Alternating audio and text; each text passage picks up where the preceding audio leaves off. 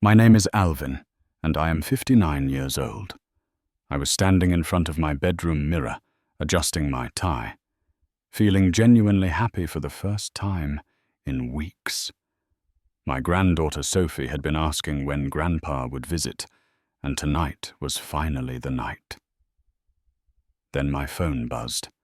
A text from my lawyer, Mr. Donovan. 5 words that made my blood run cold. Call me immediately.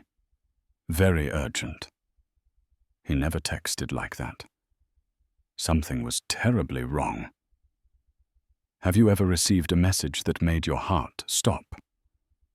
Before I tell you what happened next, let me know where you are watching from. And please hit subscribe, because what my lawyer told me changed everything I thought I knew about my own daughter. I stood there frozen, staring at my phone. Mr. Donovan had been my lawyer for over 15 years. He handled my taxes, my property documents, and the estate planning. Margaret and I had put together before she passed. He was not the type to send alarming messages. If anything, he was the calmest person I knew. My fingers trembled slightly as I dialed his number. He picked up on the first ring. Alvin, thank God you called. Are you sitting down? I lowered myself onto the edge of my bed. What is going on? Donovan. His voice was tight, controlled, but I could hear the tension underneath. This morning I received a very unusual call from a young attorney across town. His name is Wesley Chambers. He works at a small firm that handles real estate transactions mostly. I did not understand where this was going. Okay. And he contacted me because he was asked to prepare some documents, power of attorney papers, asset transfer forms, all of them with your name on them. My heart began to pound. I never asked anyone to prepare anything like that. I know. That is why he called me. He got suspicious when the client insisted the paperwork needed to be signed under, and I quote, special circumstances. Special circumstances. What does that mean? There was a long pause. It means they were planning to have you sign these documents when you were not fully conscious, Alvin, when you could not understand what you were signing. The room seemed to spin. Who would do this? Mr. Donovan exhaled slowly. The client who hired Wesley Chambers was Brandon, your son-in-law. I felt like someone had punched me in the chest. Brandon, are you certain Wesley showed me the communication records? Brandon contacted him 3 weeks ago. The documents would give Laura full authority over all your assets, your house, your savings, the property in Florida, everything. I could not speak. My mind was racing, trying to make sense of what I was hearing. Mr. Donovan continued. Wesley got uncomfortable because the documents specified that the signing would happen at a private residence, not a law office. And there was mention of making sure the signer was, how did he put it, relaxed and agreeable. Those are red flags for any ethical attorney. They were going to drug me, I finally managed to say. It appears that way. Wesley refused to proceed and decided to find your actual legal representative. That is how he found me. I sat in silence, my tie still half knotted. My excitement for dinner completely evaporated. Alvin, are you still there?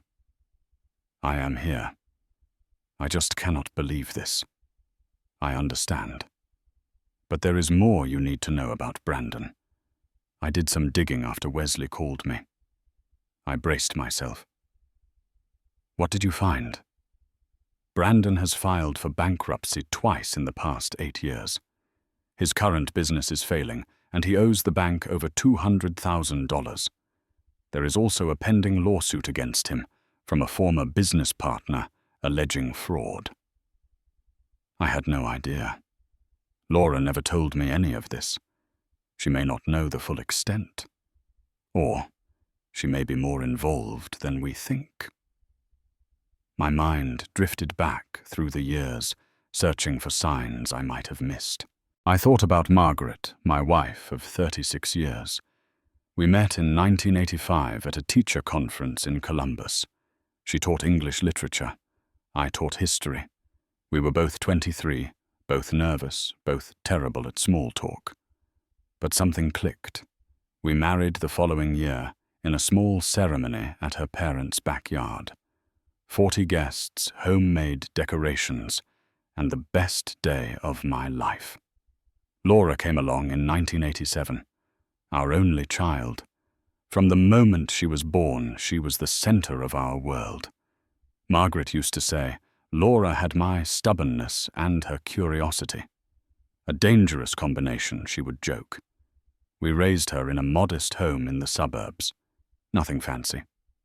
3 bedrooms, a small yard, a garage. I spent too many weekends organizing. We were not wealthy, but we were comfortable.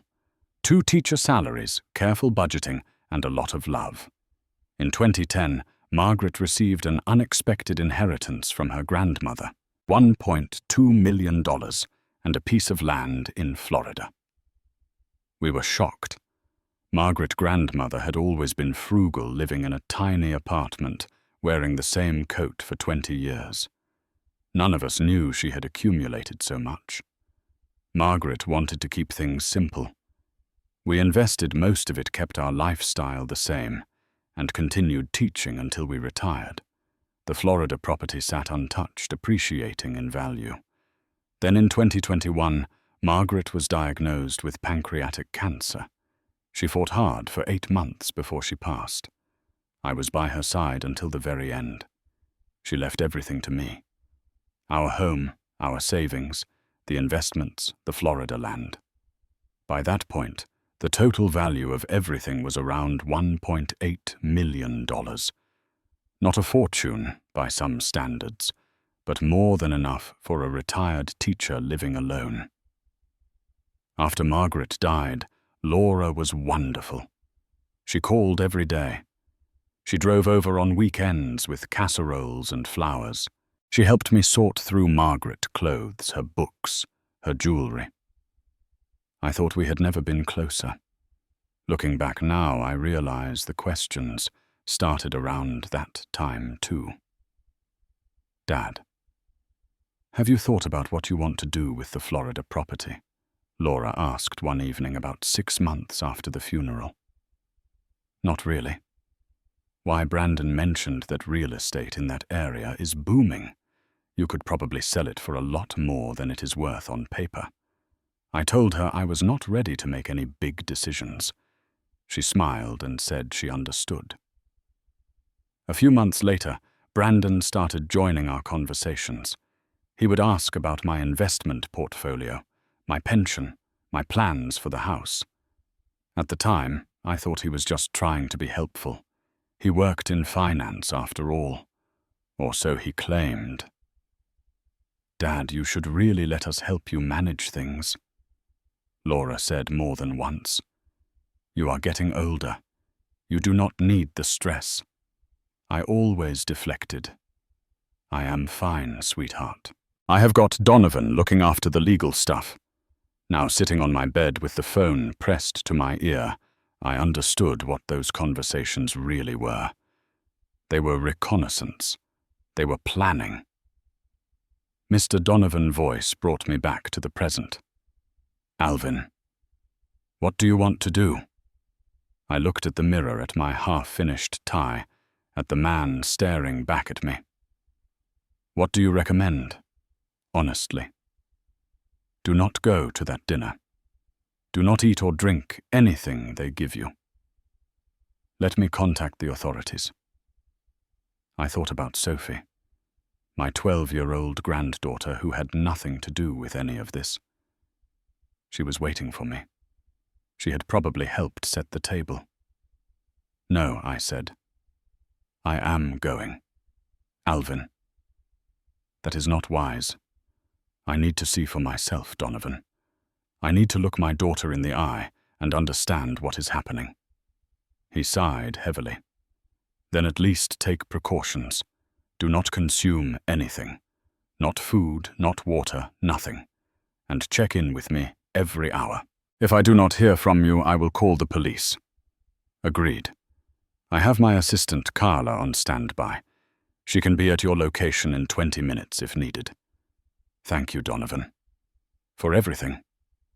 I hung up the phone and sat there for a long moment, staring at the photograph on my nightstand. Margaret and Laura taken at Laura College graduation. They were both smiling arms around each other, full of hope. What happened to my little girl? I finished knotting my tie, grabbed my jacket, and headed for the door. Whatever was waiting for me at Laura House, I was going to face it head on. The drive to Laura House took about 30 minutes. Normally, I enjoyed the route watching the suburbs give way to the newer developments where she and Brandon lived. Tonight, every mile felt heavier. I kept replaying Mr. Donovan words in my head.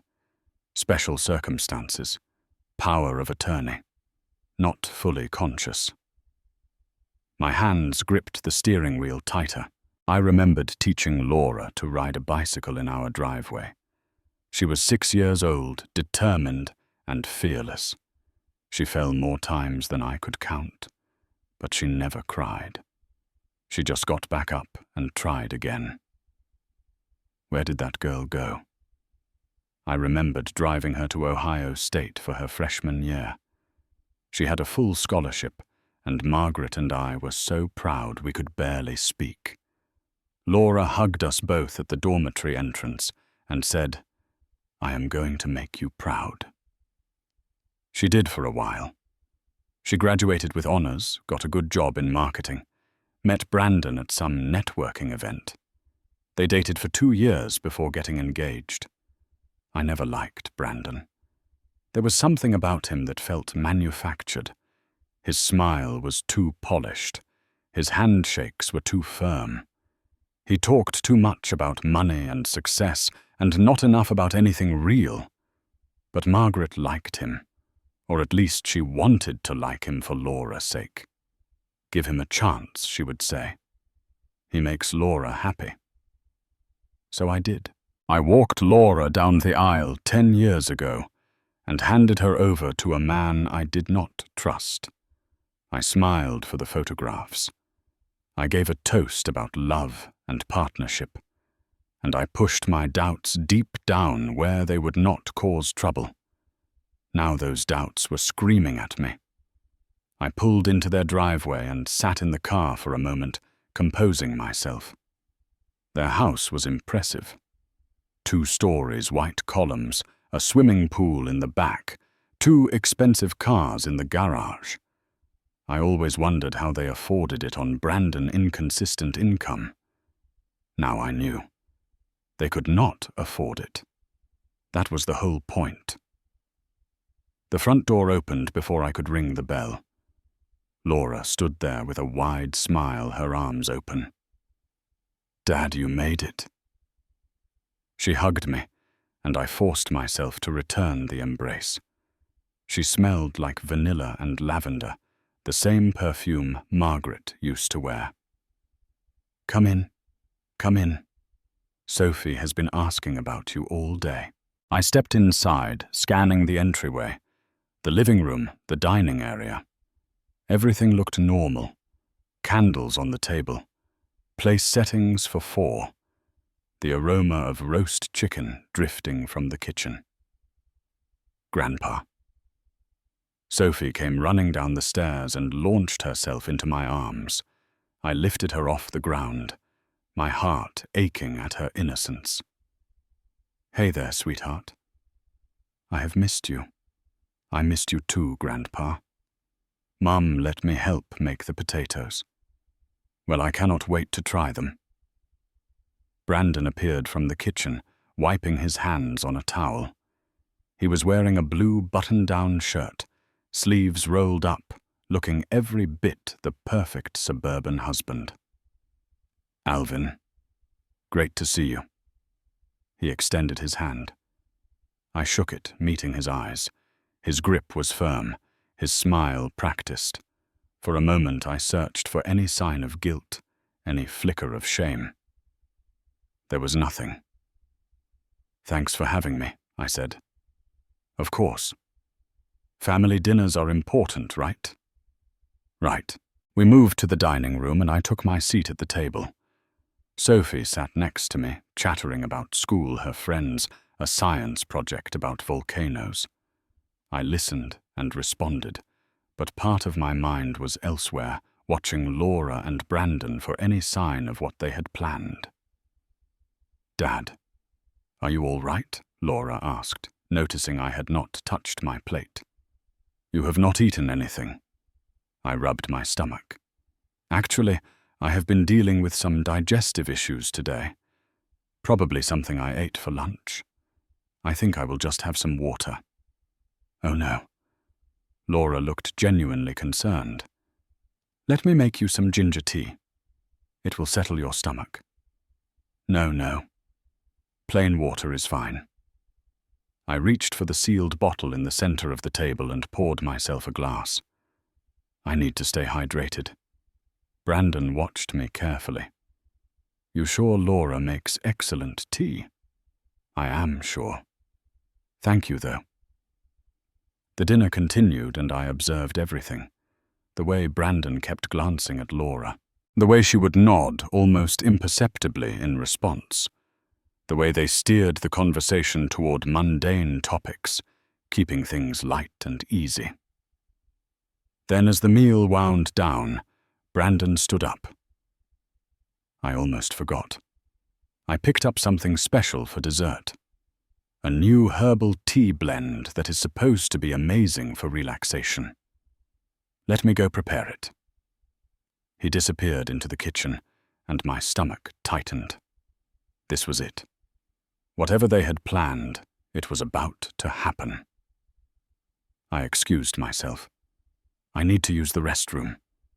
Laura pointed down the hall. "You know where it is." I walked in that direction, but instead of entering the bathroom, I slipped into Brandon's home office. The door was slightly ajar, and I pushed it open quietly. The room was neat, almost sterile. A large desk dominated the space, covered with papers and a laptop. I moved quickly, scanning the documents. And there they were, right on top. A stack of legal papers with my name printed throughout. Power of attorney authorization, asset transfer agreement, property deed amendment. Each one had blank signature lines waiting to be filled. I pulled out my phone and photographed every page, my hands trembling. Then I sent the images to Mr. Donovan with a single message. Found them. Proceeding as planned. I returned to the dining room just as Brandon emerged from the kitchen with a tray of teacups. "Here we are," he announced cheerfully. "Special herbal blend. Guaranteed to help you sleep like a baby." He set a cup in front of me. I looked at the tea, then at Brandon, then at Laura. "Before I drink this," I said slowly, "maybe you can explain something to me." The room went quiet. "What is it?" Dad Laura asked. I pulled out my phone and showed them one of the photographs.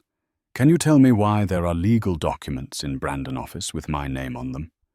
Documents I never requested or authorized." The color drained from Laura's face. Brandon's mouth opened and closed, searching for words. "Dad, that is not what you think," Laura started. "Then what is it?" "Because it looks like power of attorney papers. Asset transfers. Documents that would give you complete control over everything I own." Brandon stepped forward, hands raised. "Alvin, let me explain. We were just trying to help you plan for the future. By having me sign papers when I am not fully conscious, I stood up my chair, scraping against the floor. Is that what the tea is for?" Laura began to cry. "Dad, please, you do not understand." "Then help me understand."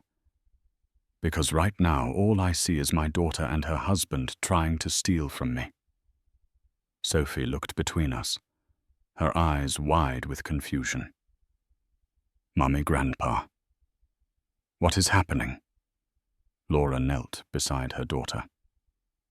Sophie, honey, go to your room. The grown-ups need to talk. But Mum. Now, Sophie. Sophie ran upstairs, and the moment she was gone, the masks came off. Laura wiped her tears and stood up straight. You have no idea what we have been through, Dad. Then tell me. Brandon is in trouble. Serious trouble. He owes money to people who do not wait patiently for repayment. I looked at Brandon. How much? Brandon stared at the floor. A lot. Laura continued. We were going to lose everything. The house, the cars, Sophie, future. We did not know what else to do. So you decided to drug your own father and steal his money. Laura flinched like I had slapped her. It was not supposed to be like that. We were just going to have you sign a few papers. You would not have remembered anything. And then we would have taken care of all the finances, made sure you were comfortable. Comfortable, I could not believe what I was hearing. You were going to take everything Margaret left me, everything we worked our entire lives for. You have almost $2 million, Laura shouted. You live alone. What do you even need it for? The question hit me like a physical blow. This was my daughter. The child I had raised, loved, sacrificed for. And she was looking at me like I was an obstacle to be removed. I straightened my jacket and headed for the door. Dad, wait. Laura called after me. I stopped, but did not turn around. I am going home now, and I do not want to hear from either of you until you have found your conscience. Brandon stepped toward me. You cannot just leave. We need to talk about this. I faced him for the first time with all the anger I had been suppressing. If you come near me again, if you threaten me or try any scheme to take what is mine, I will have you arrested. My lawyer already has copies of those documents. He has records of your communications with the attorney you hired. One phone call from me and the police will be at your door. Brandon went pale. I walked out into the cool night air. My heart pounding, my eyes burning with tears I refused to let fall.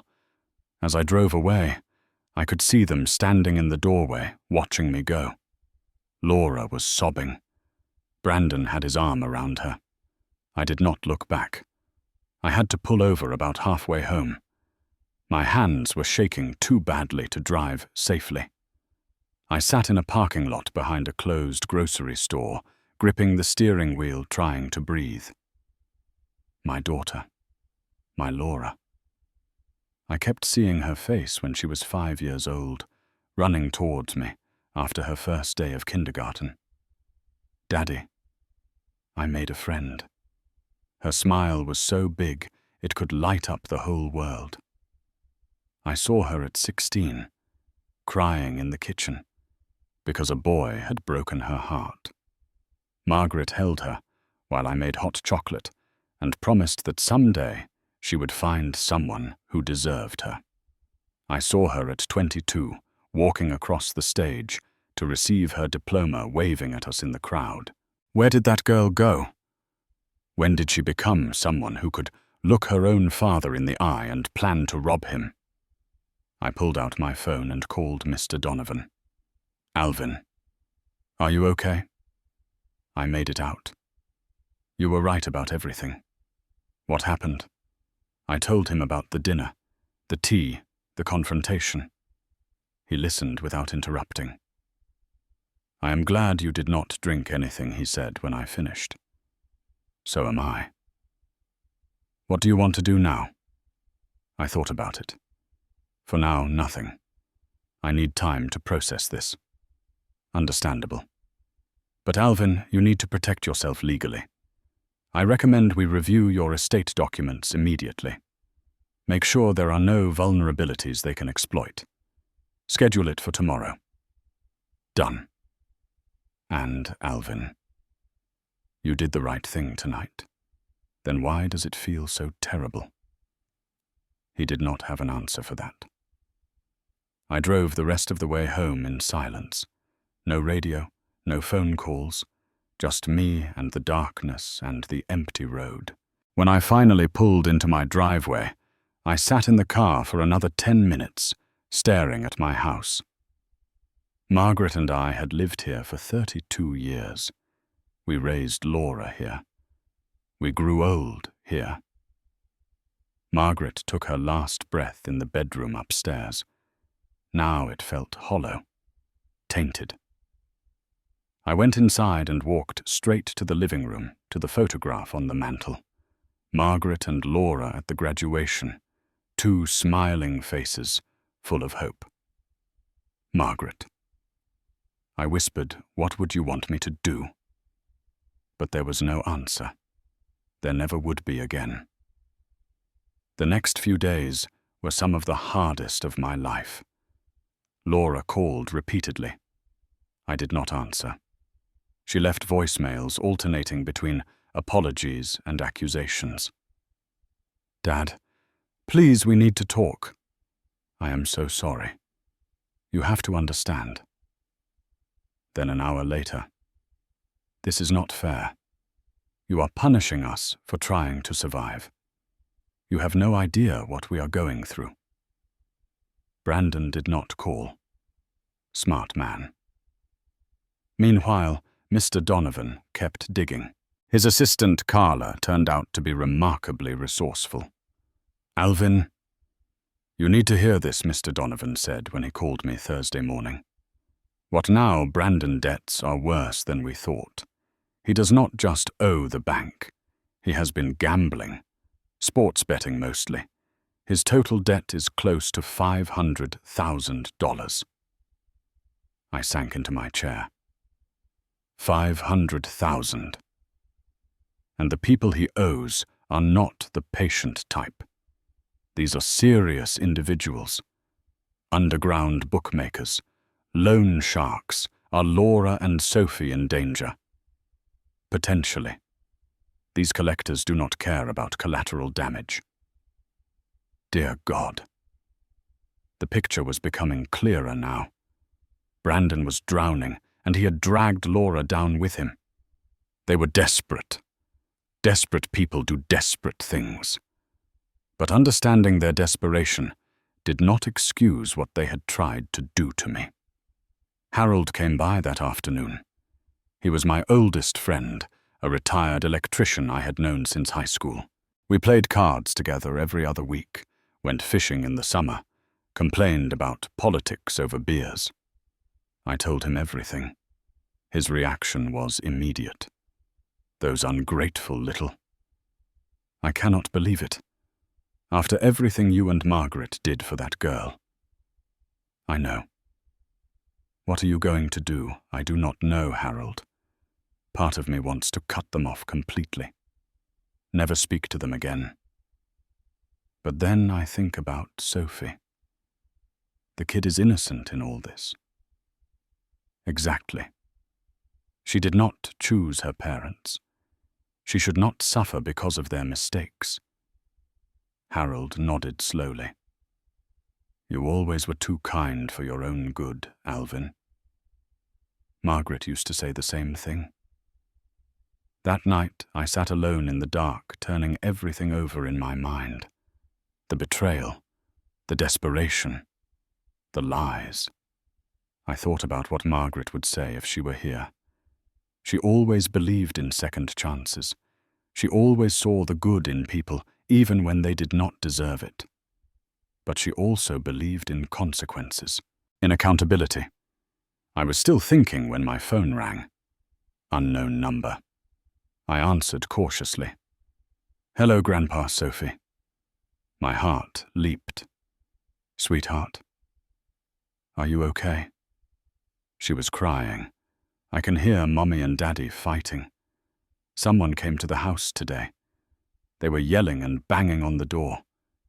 Daddy told us to hide in the bedroom. Someone came to the house. Big men. They looked scary. Daddy gave them some money, but they said it was not enough. They said they would be back. My blood ran cold. Are they gone now? Yes. But Daddy keeps yelling at Mummy. He says it is all her fault. Sophie, listen to me. Are you safe right now? I think so. I am in my room with the door locked. Good girl. Stay there. I am going to figure something out. Okay, Grandpa. Can you come get it? Get me? Please. I closed my eyes. My heart breaking. I will find a way, sweetheart. I promise.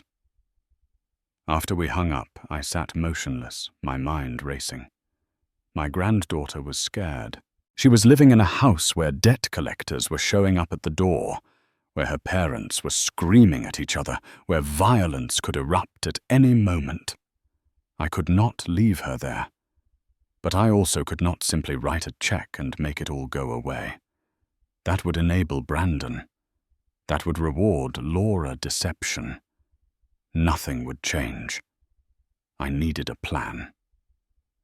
I called Mr. Donovan and told him about Sophie Call. This changes things, he said. If there is a threat to the child, we have options. What kind of options? We could contact Child Protective Services. Or we could try to work something out directly with Laura. Get Sophie out of that environment. I want to see them. All of them. Tomorrow. Alvin. That could be dangerous. I will bring backup. You and Harold. And we contact the police if things go south. There was a long pause. All right. But we do this carefully. Agreed. I hung up and looked again at Margaret's photograph. Tomorrow I would face my daughter one more time, and this time I would not leave without my granddaughter. We arrived at Laura House just before noon. Mr. Donovan drove with Harold in the passenger seat and me in the back. I had not slept the night before, running scenarios through my mind, preparing for every possible outcome. The neighborhood looked peaceful. Manicured lawns, children bikes in driveways, American flags hanging from porches. You would never guess what was happening behind one of those pristine front doors. Mr. Donovan pulled up to the curb, and I noticed an unfamiliar car in the driveway. A black sedan with tinted windows. That is not Brandon Carr, Harold observed. No, I agreed. It is not. We sat in the car, watching. A few minutes later, the front door burst open. Two large men in dark clothing emerged, followed by Brandon. He was shouting something, his hands raised in a defensive gesture. One of the men shoved him backward, and Brandon stumbled against the porch railing. Through the open door, I could see Laura inside, holding Sophie. They were both crying. I was out of the car before anyone could stop me. "Hey!" I shouted, walking toward the house. "What is going on here?" The two men turned to look at me. One of them was bald with a thick neck and tattoos crawling up from his collar.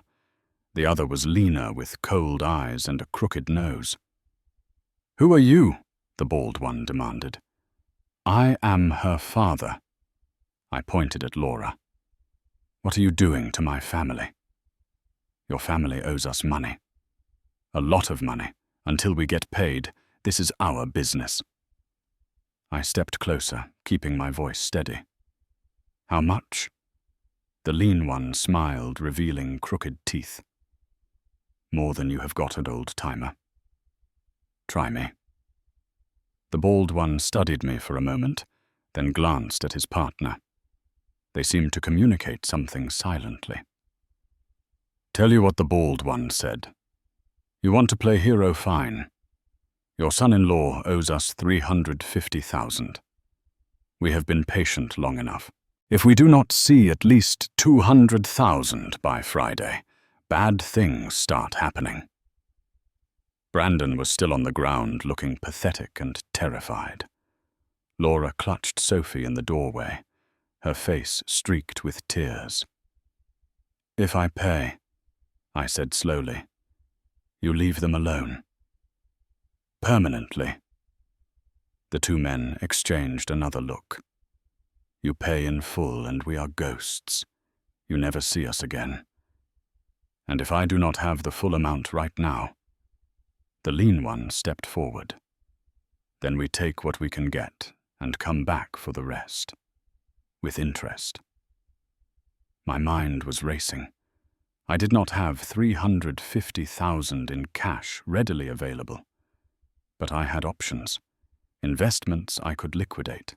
Property I could leverage. But more importantly, I had an opportunity. "Get off this property," I said. "All of you. I am going to talk to my daughter and my son-in-law. Then I will be in touch." The bald one laughed. "You will be in touch. That is not how this works." Donovan stepped forward, his phone visible in his hand. "Actually, gentlemen, that is exactly how this works. I have the local police on speed dial.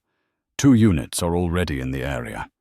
So unless you want to have this conversation at the station, I suggest you leave now." The men tensed, calculating their options. Finally, the bald one shrugged. "Friday, old man. 200,000 minimum, or things get ugly." They walked past us to their car, climbed in, and drove away. I stood there until the car disappeared around the corner, then turned to face my daughter. Laura was still holding Sophie, both of them trembling. "Dad," she whispered, "I am so sorry." I walked past her into the house. "We need to talk. All of us." The living room was a mess. Furniture overturned, a vase shattered on the floor. Signs of the confrontation that had just taken place. Brandon pulled himself together and joined us, his face a mask of shame and fear. I gestured for everyone to sit. "Mr. Donovan will tell you how this is going to work," I said. Donovan stepped forward, his tone professional and firm. "First, let me be clear. What you attempted to do to Alvin constitutes fraud. We have documented evidence, including the forged power of attorney documents and records of your communications with the attorney you hired to prepare them. This could result in criminal charges." Laura paled.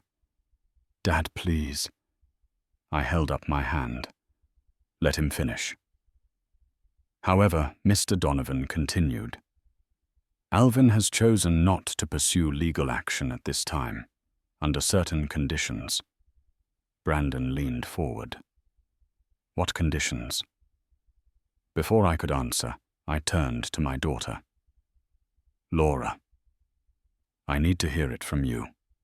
Everything. The truth. All of it." She looked at Brandon, then back at me.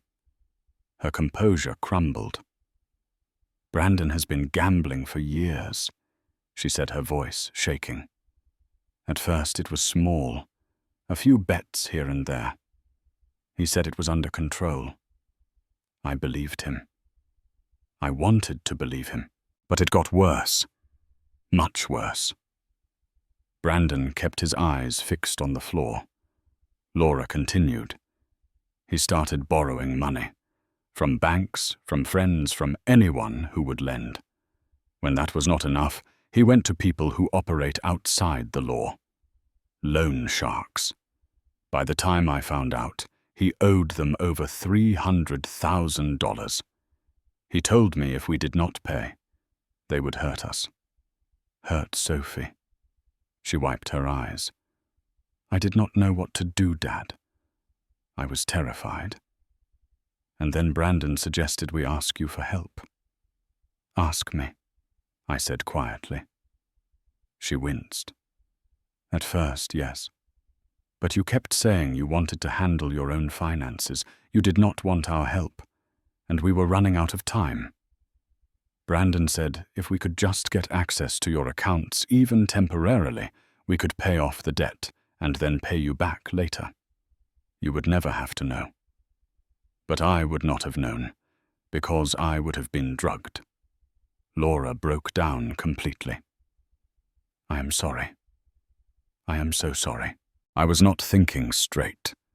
I was just trying to protect my family. Sophie sat between her parents, looking smaller than I had ever seen her. She did not fully understand what was happening, but she knew it was bad. I took a deep breath. Laura, what you did was wrong. There is no excuse for it. You violated my trust in the worst possible way. She nodded, tears streaming down her face. But I am not going to abandon you. I am not going to let Sophie grow up in this chaos. And I am not going to let those men come back here. Brandon looked up for the first time, hope flickering in his eyes. Do not misunderstand me, I said coldly. I am not doing this for you, Brandon. I am doing this despite you. Here is what is going to happen. I laid out my plan clearly. First, I will pay off the debt, the full $350,000. Mr. Donovan will arrange for a legitimate debt management company to handle the transaction and ensure those men never contact you again. Laura gasped. Dad, that is too much. Let me finish. I am not giving you this money.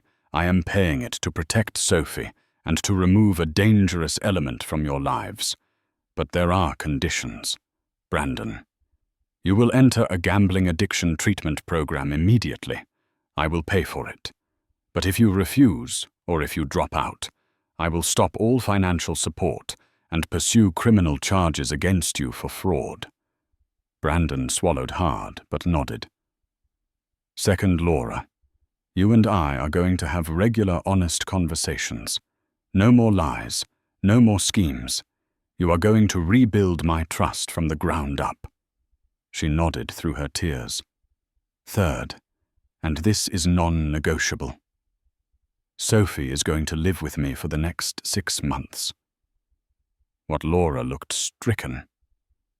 She needs stability, I said firmly. She needs to feel safe. Right now, your home is not safe. When you have gotten your lives in order, when Brandon has completed treatment and you are on solid ground financially, then we can discuss Sophie coming back. Laura started to protest, but Mr. Donovan interjected.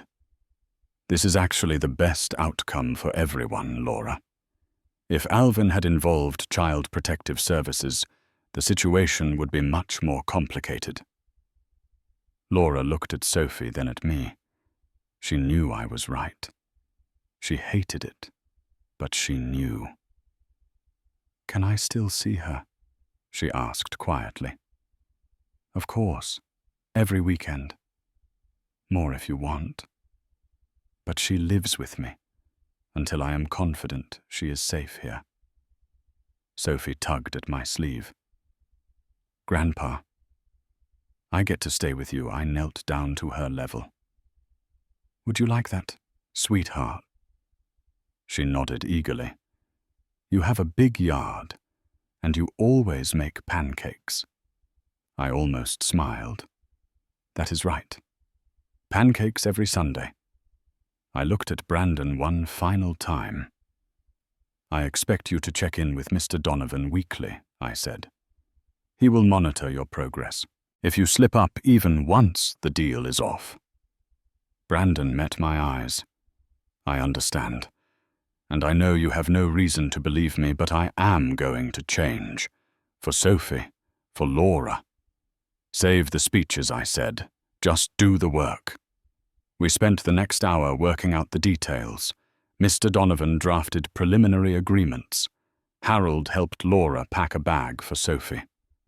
Brandon sat in the corner shell, shocked, but compliant. When we finally left, Sophie held my hand as we walked to the car. "Grandpa," she said, "is everything going to be okay?" I squeezed her hand. "It will take some time. But yes, sweetheart, everything is going to be okay." The next 3 months were transformative. Sophie settled into life with me faster than I expected. She missed her parents, of course, and there were difficult nights when she cried herself to sleep. But gradually she began to flourish. I enrolled her in a new school closer to my house. She made friends. She joined the art club. She started laughing again. Having her with me gave my days purpose. I woke up early to make breakfast. I helped with homework in the evenings. I attended her school events and cheered from the audience. Margaret would have loved this, I thought, more than once. Laura visited every weekend without fail. At first, the visits were awkward. We did not know how to talk to each other anymore. But slowly, painfully, we began to rebuild. She told me about her life with Brandon, how the gambling had started small and grown into a monster, how she had felt trapped, isolated, ashamed to ask for help, how she had convinced herself that what they were planning was not really wrong, just a desperate measure for desperate times. I listened. I did not excuse what she had done, but I tried to understand. One Saturday afternoon, while Sophie played in the backyard, Laura sat with me on the porch. "Dad," she said quietly, "I know I can never fully make this right." I sipped my coffee and waited for her to continue. "But I want you to know that I am trying, really trying. Brandon has been attending his treatment sessions every day. He has been sober from gambling for 2 months now. That is good to hear. And I am seeing a therapist too, working through my own issues. How I let things get so bad. How I almost destroyed my relationship with you." I nodded slowly. "It is going to take time, Laura. I know. But I see you trying, and that matters." She reached over and took my hand. "I love you, Dad." For the first time since that terrible night, I felt something loosen in my chest. "I love you too, sweetheart." At the end of 3 months, Mr. Donovan gave me an update. "Brandon has completed the residential portion of his treatment," he reported.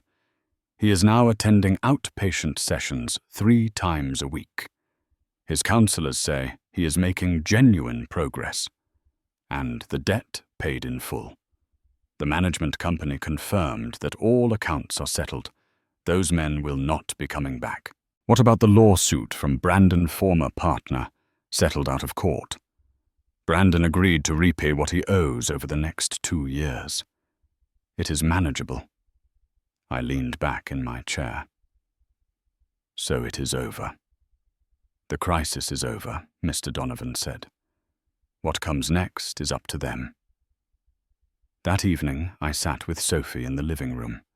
She was drawing in her sketchbook while I read. "Grandpa," she said without looking up, "when do I go back to Mum and Dad?" I set down my book. "Do you want to go back?" She considered the question carefully. "I miss them, but I like it here too." "Well, here is what I'm thinking. You have been with me for 3 months now. Your mom and dad have been working really hard to fix things. How about we try a new arrangement? What kind of arrangement you could spend weekdays with them and weekends with me? That way you get the best of both worlds." Her face lit up. "Really? Really? But only if you want to." "I do. I want to see Mummy and Daddy more. But I also want to keep having pancake Sundays with you." I smiled. "That can definitely be arranged." The following week, we implemented the new plan.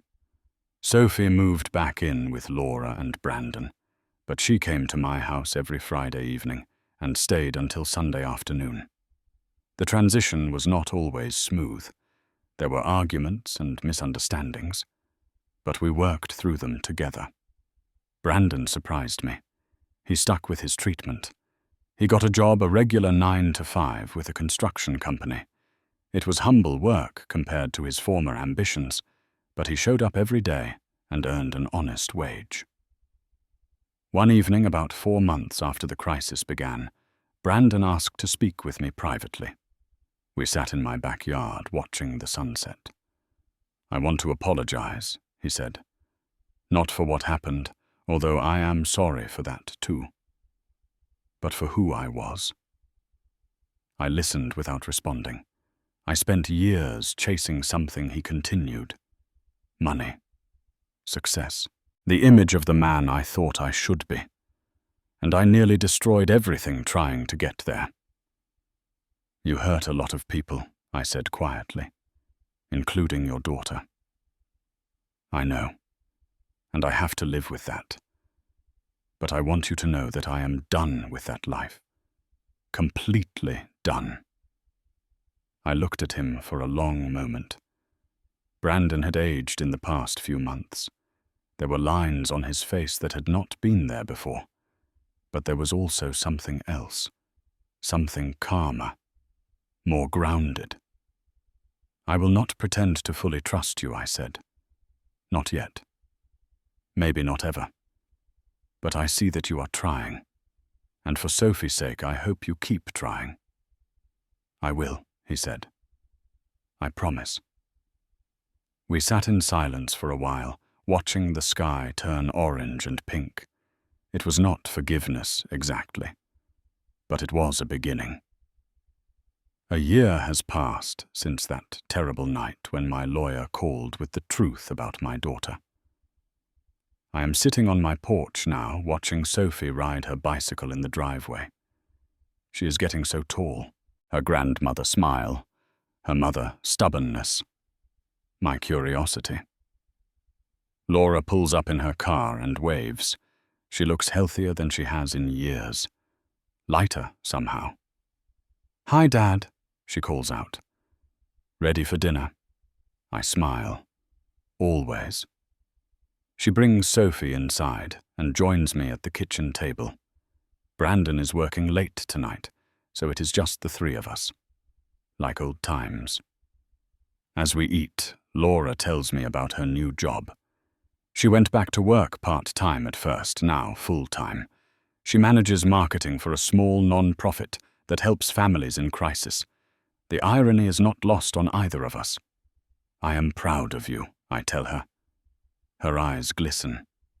"Thank you, Dad. That means more than you know." After dinner, Sophie goes to the living room to watch television. Laura helps me with the dishes.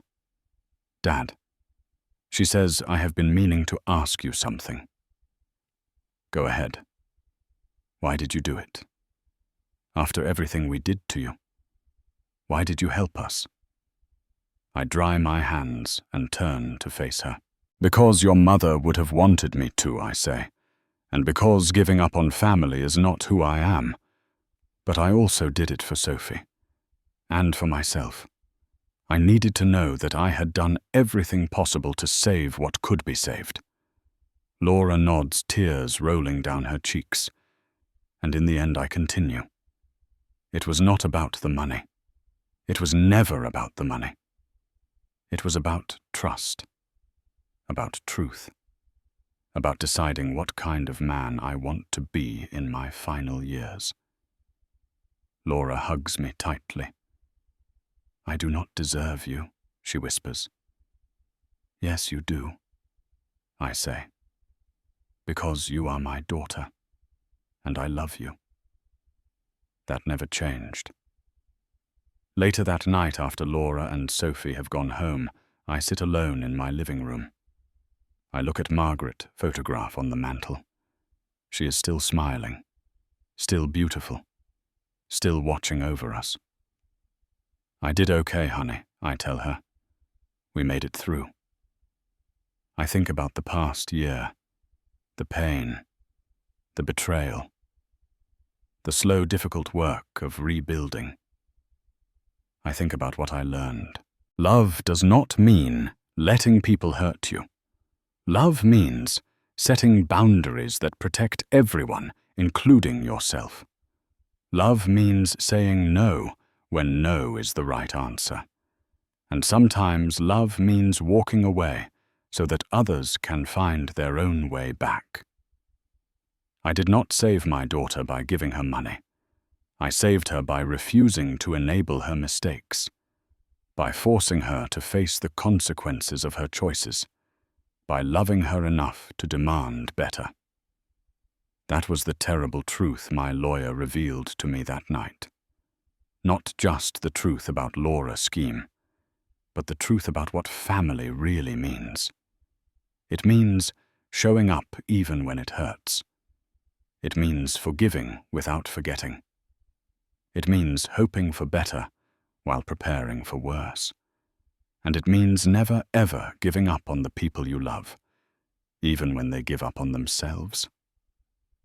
I turn off the lamp and head upstairs to bed. Tomorrow, Sophie is coming for Pancake Sunday. Life goes on, and somehow, against all odds, it is good.